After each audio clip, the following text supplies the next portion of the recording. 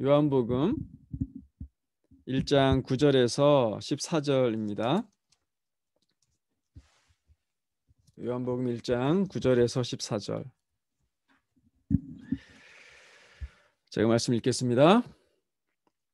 참빛 곧 세상에 와서 각 사람에게 비추는 빛이 있었나니 그가 세상에 계셨으며 세상은 그로 말미암아 지은 바 되었으되 세상이 그를 알지 못하였고 자기 땅에 오매 자기 백성이 영접하지 아니하였으나 영접하는 자 곧 그 이름을 믿는 자들에게는 하나님의 자녀가 되는 권세를 주셨으니 이는 혈통으로나 육정으로나 사람의 뜻으로 나지 아니하고 오직 하나님께로부터 난 자들이니라. 말씀이 육신이 되어 우리 가운데 거하심에 우리가 그의 영광을 보니 아버지의 독생자의 영광이요 은혜와 진리가 충만하더라. 아멘. 네, 오늘 성탄 감사 주일이고요. 이제 금요일 날에 성탄절입니다. 벌써 크리스마스 시즌이에요. 한 해가 벌써 다 지나갔죠. 크리스마스 시즌이긴 한데 올해 이 크리스마스는 좀 분위기가 예년과 많이 다릅니다. 보통은 막 들떠 있어야 되잖아요. 막 모임도 많고 뭐 파티도 많고 선물 교환도 좀 하고 그래야 되는데 올해 크리스마스는 이 코로나 때문에 그럴 수가 없어요. 안타깝고 또 아쉽습니다. 근데 어쩔 수가 없죠. 뭐 모이지 말라고 했으니까 모이지 않는 게 덕이고요. 또 안전을 위해서라도 그런 규칙은 잘 따라줘야 될 것 같습니다. 하지만 이렇게 온라인으로라도 모여서 함께 예배하고 예수님이 이 땅에 오신 날 축하하고 감사하는 그런 시간을 갖는 것만으로도 만족하고 또 감사해야 할 것 같습니다. 네, 여러분 크리스마스 하면 뭐가 제일 먼저 떠오릅니까? 물론 우리가 이제 함께 교회 안에서 예배드리면서 이 질문하니까 뭐 대답을 다들 잘 하실 거예요. 예수님이요 이렇게 우리 주일학교 학생들도 그렇게 대답을 할 텐데요. 근데 거리에서 길거리에서 일반 사람들에게 이 질문을 하면 다른 대답들이 나옵니다. 한 리서치 회사에서 조사를 했어요. 크리스마스 하면 제일 먼저 떠오르는 게 뭡니까? 라고 했더니 제일 먼저 떠오르는 게 산타클로스라고 그래요. 산타클로스. 그리고 두 번째가 크리스마스 트리이고 그 다음에 캐롤, 그 다음에 크리스마스 파티, 그리고 크리스마스 선물, 그리고 여섯 번째가 예수님이라고 대답을 했대요. 예수님이라고 대답한 사람들은 7% 정도밖에 안 된다고 합니다. 성탄, 이게 예수님의 탄생을 기념하는 날이잖아요. 예수님이 주인이 되시는 날인데 어느새 이 주인의 자리를 빼앗겨 버렸습니다. 크리스마스 그러면은 이거는 두 단어가 합쳐진 말이죠. 앞에 그 크라이스트는 우리가 잘 아는 예수님이에요. 예수 그리스도를 의미하고 거기에 마스라는 단어가 붙여져 있잖아요. 이 마스는 이제 메스라고 하죠. 이거는 미사라고 하는 말입니다. 예배라는 뜻이죠.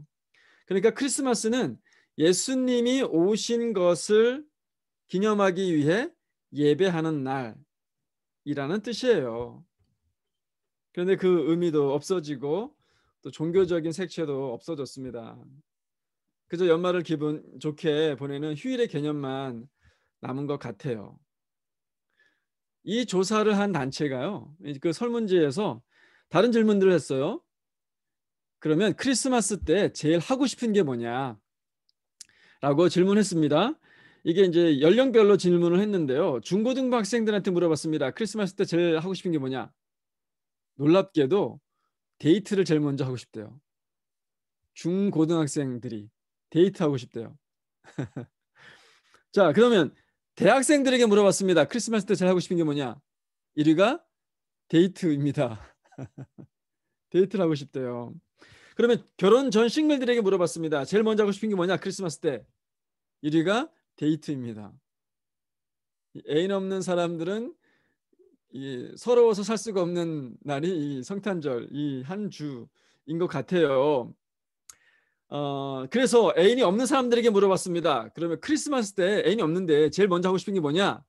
그랬더니 애인 만들기 위해서 그 선 보는 거 있잖아요. 예, 소개팅 하는 거. 그게 제일 먼저 하고 싶다라 그래요. 성탄절 때 이렇게 누군가를 간절히 만나고 싶어 해요. 성탄절의 주인 되시는 예수님을 이렇게 간절히 만나고 싶어 했으면 좋겠는데 사람들의 마음이 그렇지 않은 것 같습니다. 이 이제 설문지에서요, 그 또 여러 가지 질문들을 했을 거 아니겠습니까? 참고로 이제 주부들한테 물어봤어요. 주부님들 크리스마스 때 제일 하고 싶은 게 뭡니까? 라고 물어봤더니 우리 주부님들은 누굴 만나고 싶어 하지 않아요. 세상이 다 귀찮다는 겁니다. 제일 하고 싶은 게 뭐예요? 여행 가는 거랍니다.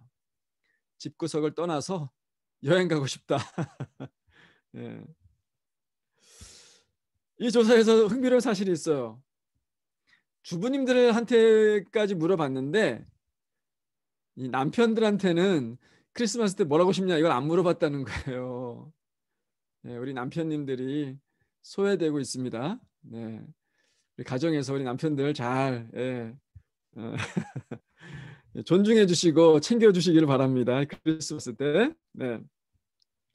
아무튼 이 리서치에서 우리가 알 수 있는 것처럼 사람들이 누군가를 만나고 싶어요. 이 크리스마스 때.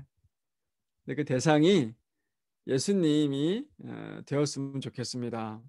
그래서 오늘 말씀을 통해서 예수님이 이 땅에 왜 오셔야만 됐는지, 그리고 우리 그 예수님을 어떻게 만날 수 있는지를 살펴보고 그 예수님을 만나고 싶은 그런 마음들 가질 뿐만 아니라 그 예수님 실제로 만날 수 있는 그런 시간 되시기를 바랍니다. 자, 말씀 보겠습니다. 9절 말씀부터 보면 참된 빛 곧 세상에 와서 각 사람에게 비추는 빛이 있었나니 라고 되어 있어요. 여기서 빛은 뭡니까?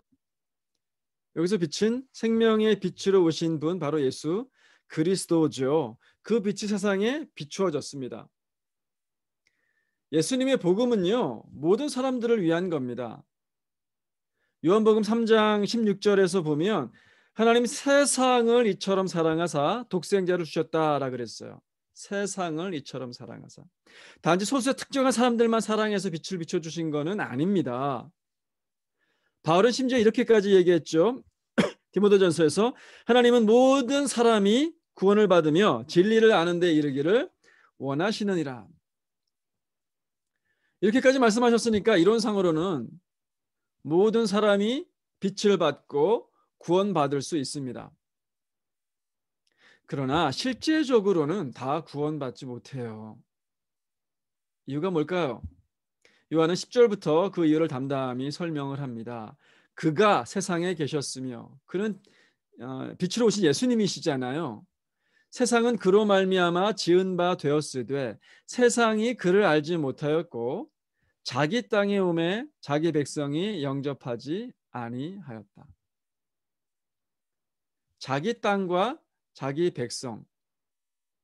자, 땅과 백성 누가 만드는 거예요? 땅은 누가 만들었습니까? 하나님이 만드셨잖아요. 그 땅은 하나님의 것입니다. 자기 백성, 이스라엘 백성, 전 인류를 만드신 분이 누구세요? 하나님이시잖아요. 그러니까 하나님의 것이 맞습니다. 그런데 방금 우리가 읽었었을 때 이 본문에서는 그것들이 다 누구 거라고 얘기합니까? 예수님의 것이라고 얘기를 해요. 이 구절에서 알 수 있는 게 뭐예요? 삼위일체 하나님, 즉 예수님은 하나님이시다. 창조주 하나님이실 뿐만 아니라 창조주 예수님임을 알 수가 있는 겁니다. 그런데 사람들이 주인을 알아보지 못해요. 그를 알지 못했다라고 하는 말은 예수님이 뭐 사회성이 부족하거나 집안에만 있어가지고 사람들을 만날 기회가 없어가지고 사람들이 예수님을 몰랐다. 그런 의미가 아니죠. 그들은 예수님을 알았어요. 목수의 아들, 요셉의 아들, 예수님. 그와 이야기도 했을 겁니다. 그와 만났을 겁니다. 근데 뭘 몰랐다라는 거예요? 예수님의 실체를 몰랐다는 거죠. 그의 본질을 알아채지 못했다는 겁니다. 예수님의 실체, 예수님의 본질이 뭐예요? 하나님, 인류를 구원하기 위해서 오신 하나님 메시아다. 그걸 몰랐다는 거예요. 자기 백성을 구원하기 위해서 창조주가 친히 인간의 몸으로 오셨어요. 기적을 일으키십니다. 하늘의 지혜를 가르쳐 주십니다. 천국 복음을 들려주셔요. 그런데 그분을 알아채지 못해요. 왜 세상은 그를 알지 못했을까요? 그들이 어둠 가운데 있었기 때문입니다. 죄 가운데 있었기 때문이에요. 단지 깜깜한 어둠 가운데 있어가지고 앞이 안 보여가지고 예수님을 몰랐다. 그게 아니에요. 빛을 볼 수가 없었다. 그게 아닙니다. 3장 19절 말씀 보면, 요한복음 3장 19절 말씀을 보면, 곧 빛이 세상에 왔으되 사람들이 자기 행위가 악함으로 빛보다 어둠을 더 사랑한 것이니라. 무슨 뜻입니까? 그들이 의도적으로 어둠 가운데 있으려고 했다라는 뜻이에요. 그럼 누구 책임입니까? 하나님이 빛을 비춰주지 않아서 몰랐다는 게 아니죠. 하나님 책임이 아닙니다. 그들이 빛에 등 돌리고 어둠 가운데 있기를 선택했다는 뜻이에요. 죄를 더 사랑해서 빛 되신 예수님을 거부한 겁니다. 이런 이유 때문에 빛은 모든 사람들에게 비추어지지만 모든 사람이 예수님을 믿고 구원받지는 못한다는 뜻이에요. 그런데 안 믿는 사람들 입장에서 보면은요, 좀 이해가 됩니다. 어떻게 그게 믿어질 수 있습니까? 안 믿어진다 이거예요. 믿기가 어렵다는 거죠. 창조주 하나님이 신이 어떻게 인간이 되냐 이거예요. 또는 인간 마리아에게서, 마리아가 인간이잖아요. 인간에게서 태어났으면 인간이지 어떻게 인간이 하나님이냐. 마리아는 심지어 요셉과 동침하기 전에 임신하게 됐잖아요. 그 동정녀 마리아라 그러잖아요. 그래서 아빠 없이 엄마 혼자서 아이를 갖는 게 그게 가능하냐 이 말이에요. 이건 인간의 이성과 경험으로는 도저히 믿을 수 없는 일이기 때문이에요. 이 신비는 옛날에도 이해하기가 어려운 일이었습니다. 그래서 사람들이 자신들이 이해할 수 있는 방식으로 이 예수님의 탄생을 설명해 보려고 했어요. 예수님이 승천하신 지 얼마 되지 않아가지고 초대교회 안에 한 부류의 사람들이 만들어졌는데 예수님의 존재에 대해서 의심했습니다. 그런 사람들을 영재주의자라고 얘기를 하는데요. 이 영재주의자는 어떤 걸 믿었냐면 물질은 악하고 영은 선하다. 그러니까 우리 인간의 육체 있잖아요. 이것도 물질적인 것이기 때문에 그 악한 거라는 거예요. 그러니까 악한 우리 몸에 거룩하신 하나님의 아들 예수님이 올 수가 없다 이거예요. 육체로 오신 그분은 예수님이 아니라 이 말이죠.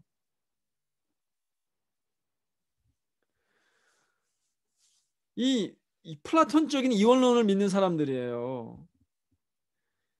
그 예수는 그저 인간으로 보여지는 것 같았지만 예수님 그 보여진 인간은 예수님이 아니다라는 뜻이에요. 실제로 육신에 있는 게 어떻게 가능하냐? 육은 악한데. 시간이 좀 지났습니다. 사람들이 그래서 그 사람들에게 도전을 합니다. 그럼 예수님 환영이냐? 실체가 없었던 분이냐? 그렇게 얘기를 하니까 이 사람들이 어떤 설명을 내놨냐?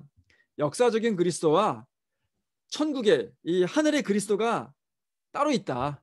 이렇게 설명을 해요. 역사적인 그리스도는 단지 인간이었고 하늘의 그리스도에 의해서 점령당해서 역사를 하신 거다. 그러니까 하늘의 그리스도는 인간 예수에게서 활동을 했으나 성육신하지는 않았다 이거예요. 인간 몸을 잠깐 빌렸다는 뜻이죠. 인간 예수가 세례를 받으실 때 성령이 임하신다 그러잖아요. 그 성령이 임하실 때 이 인간 몸에 임했다. 그래서 그때부터 인간 몸을 빌려가지고 활동을 한 것이다. 이렇게 설명을 했다 이 말이죠. 그래서 예수님이 십자가에 못 박히실 때에 인간 예수만 죽는 거고 예수님은 죽지 않고 다시 하늘로 올라갔다. 이렇게 설명을 해 놓은 거예요. 그래서 이 사람들한테는요, 하나님이 삼위일체 하나님이 아닙니다. 삼위일체 하나님이 아니에요. 성자 하나님이 없어요. 그냥 하나님이 오셨다가 가신 거예요.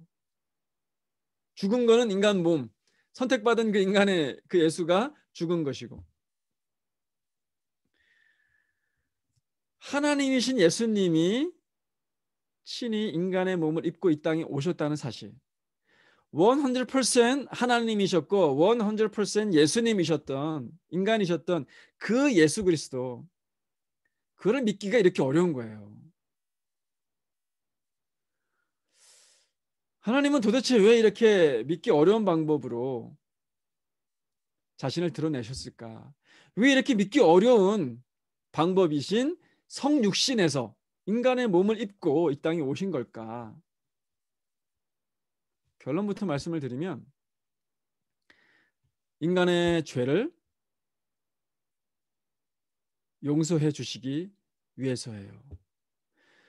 자기 백성을 그들의 죄에서 구원하시기 위해서. 그게 임마누엘 하나님 아닙니까? 거기에 해답이 있습니다. 인간의 죄를 해결하기 위해서 그 방법밖에 없었기 때문이에요. 자, 구약에서 이스라엘 백성들이 죄를 지으면 뭘로 죄 사함을 받았습니까? 짐승을 잡아가지고, 그죠? 제사를 드렸잖아요. 짐승 머리에다가 안수를 합니다. 자기 죄를 전가해요. 그리고 제사장과 함께 그 짐승의 목을 베서 피를 내잖아요. 내가 죽어야 되는데 내 죄 대신에 누구를 죽여요? 짐승을 대신 죽는 겁니다. 죽이는 거예요. 그런데 이 제사의 효력이 얼마나 갑니까? 영원하지 않아요. 기껏해야 하루입니다. 그러니까 매일매일 제사를 드려야 되는 거예요. 왜 이 짐승의 제사가 효력이 없을까요? 짐승이기 때문이에요. 인간이 아니기 때문입니다. 인간의 죄를 사하기 위해서는 인간이 필요한 거예요. 그런데 인간 중에 죄 없는 인간이 있습니까? 야, 내가 너를 위해서 대신 죽어줄게. 그렇게 했다 그래가지고 그 죽음이 효력이 되냐 이 말, 효력이 생기냐 이 말이에요. 죄를 없애려면 죄 없는 인간이 필요한 거예요. 그래야 죄를 옮길 수가 있지 않습니까? 그런데 그럴 만한 인간이 이 세상에 있냐 이 말이죠. 우리가 모두가 다 죄인입니다. 대신 죽어줄 수가 없어요. 그저 자기 죄 때문에 죽을 운명들입니다. 아무 죄도 없고 동시에 인간이어야만 우리 인간의 죄를 사할 수가 있는 거예요. 이 우주 안에 죄가 없는 분 누굽니까? 오직 한 분밖에 없죠. 하나님이세요. 그러니까 방법은 하나뿐입니다. 아무 죄 없는 하나님이 인간으로 오시는 거예요. 그것밖에 없습니다.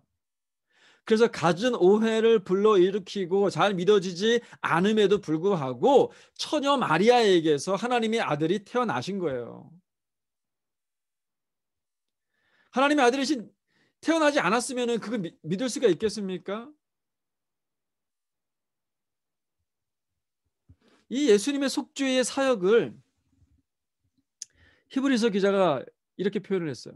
그는 저 대제사장들이 먼저 자기 죄를 위하고 다음에 백성의 죄를 위하여 날마다 제사 드리는 것과 같이 할 필요가 없으니 이는 그가 단번에 자기를 드려 이루셨음이라. 인간이 되신 하나님만이 이 사역을 감당할 수가 있는 거예요. 그래서 구약의 제사, 짐승을 통해서 죄사함을 받는 그 제사는요, 그림자이고 모형이에요.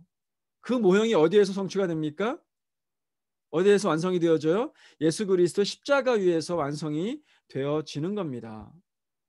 우리 생각에는 그렇게 딴지를 걸 수가 있어. 뭐 꼭 굳이 인간으로 오실 필요가 있었을까? 그냥 다른 사람들 통해서 좀 말씀하시지. 하나님에 대해서 좀 말씀하시고 드러내시지. 그렇게 했습니다. 수많은 선지자들을 보내서 하나님께로 돌아오라고 했어요. 수천 년 동안 그렇게 했습니다. 결과 어떻게 됐습니까? 선지자들을 죽였습니다. 더 이상 말하지 못하도록. 그럼 다른 방법도 있지 않았을까? 좀 기적들을 많이 이렇게 좀 보여주셔서 하나님이 진짜 계시고, 그리고 하나님의 말씀 잘 듣도록 그렇게 경고도 하시고, 그렇게 하면 되지 않았을까? 그렇게 하셨습니다. 그렇게 하셨어요. 수천 년 동안 수많은 기적들을 보여주셨습니다. 홍수로 세상을 멸망시키셨잖아요. 소돔과 고모라를 유황불로 멸망시켰습니다. 너무나 나이가 많아가지고 아이를 가질 수 없는 아브라함과 사라에게 아이를 주셨습니다. 모세를 통해서 10가지의 재앙을 내려서 이집트를 멸망시키셨잖아요. 그리고 홍해를 갈랐습니다. 수많은 예언들이 실제로 이루어지는 것들 통해 가지고 하나님을 증거했어요. 그런데 그 결과 어떻게 됐습니까? 사람들이 더 이상 기적을 믿지 않게 됐습니다. 어쩌다가 일어난 자연현상, 어쩌다가 그 가운데서 하나님을 느낄 수 없는 거예요. 양심에 화인을 맞은 겁니다. 더 이상 하나님을 느낄 수 있을 만큼의 그 영적인 민감도가 사라져버린 거예요. 이제는 한 가지 방법밖에 남아있지 않습니다. 하나님이 친히 이 땅에 오셔서 보여주시는 거예요.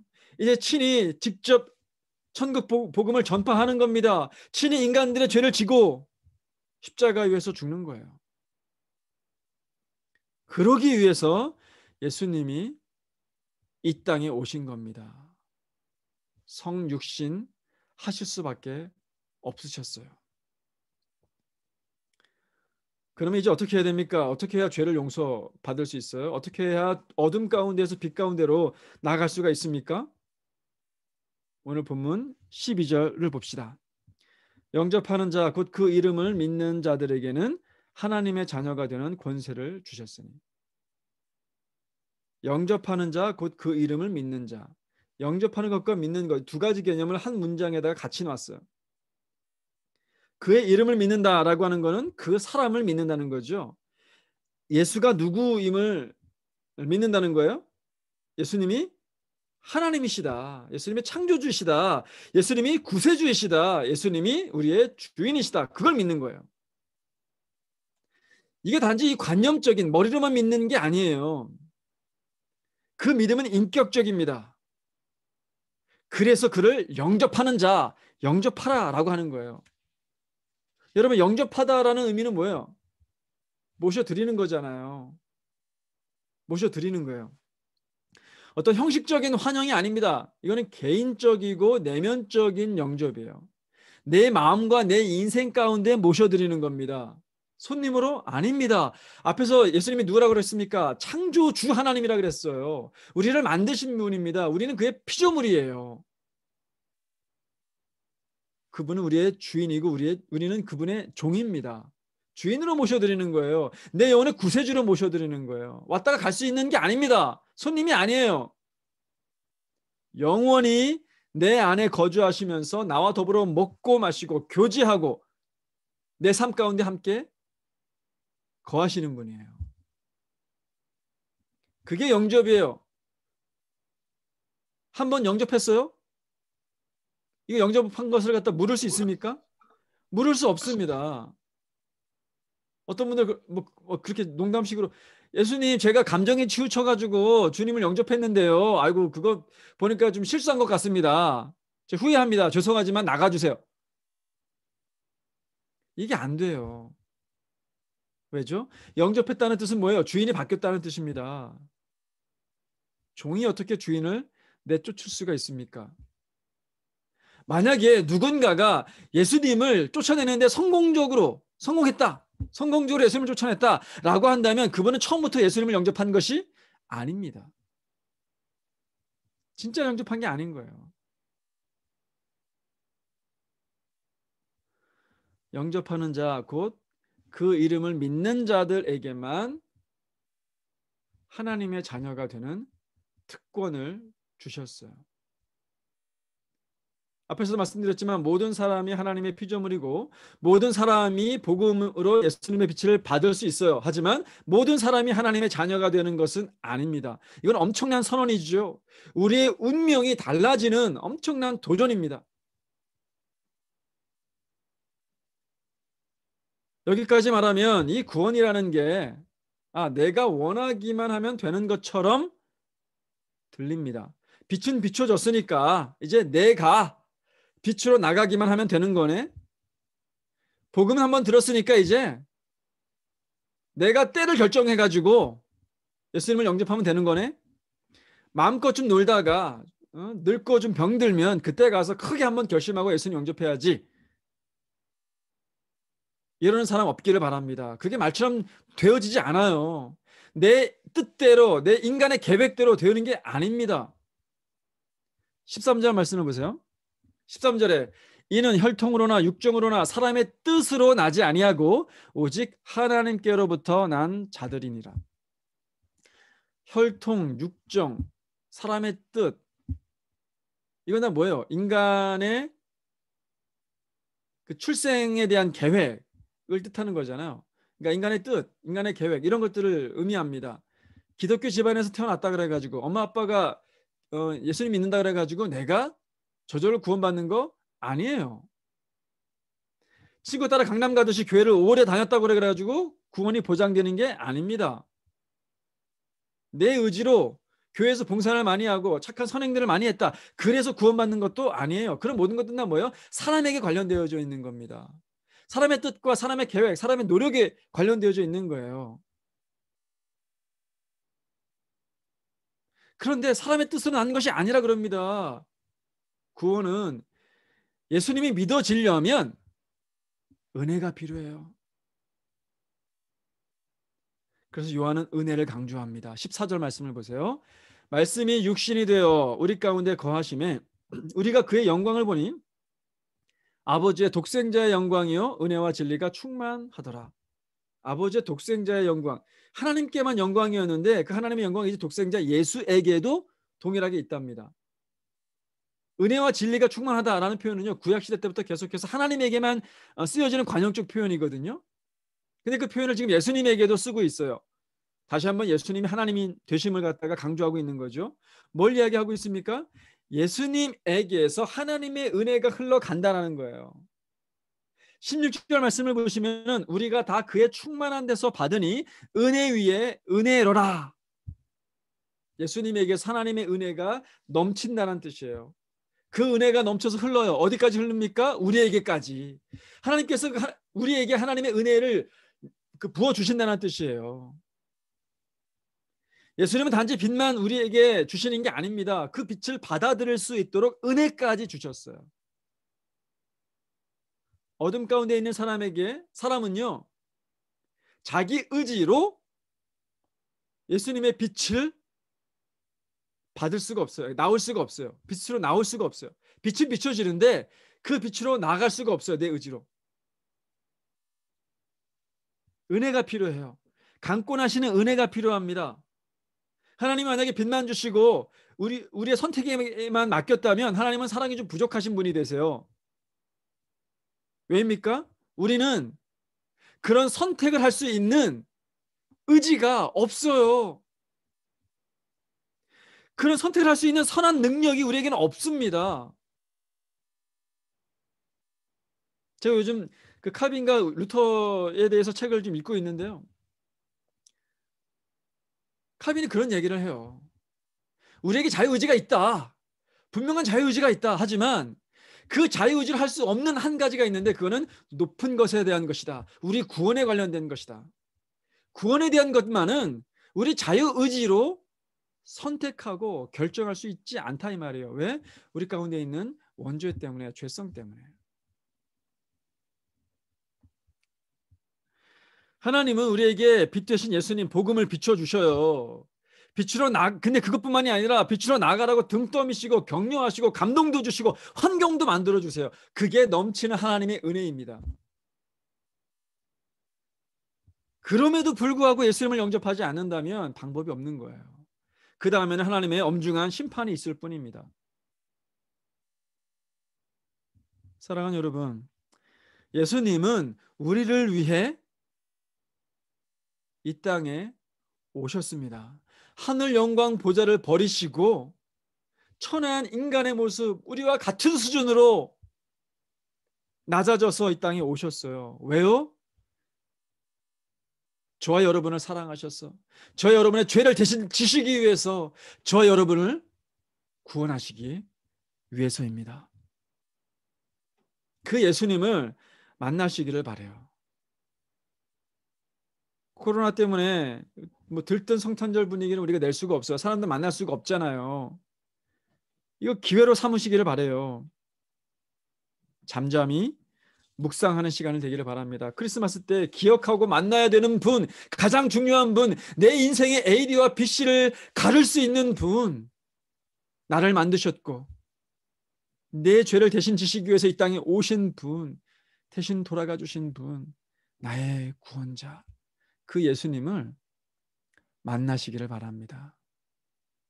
그래서 그 그 기쁨 때문에 감사하고 행복하고 감격에 넘치는 그런 복된 한 주간이 되어지시기를 바라요. 아멘. 같이 기도하시겠습니다. 기도하실 때 우리 예수님을 생각하면서 기도했으면 좋겠어요. 우리가 참 죄인입니다.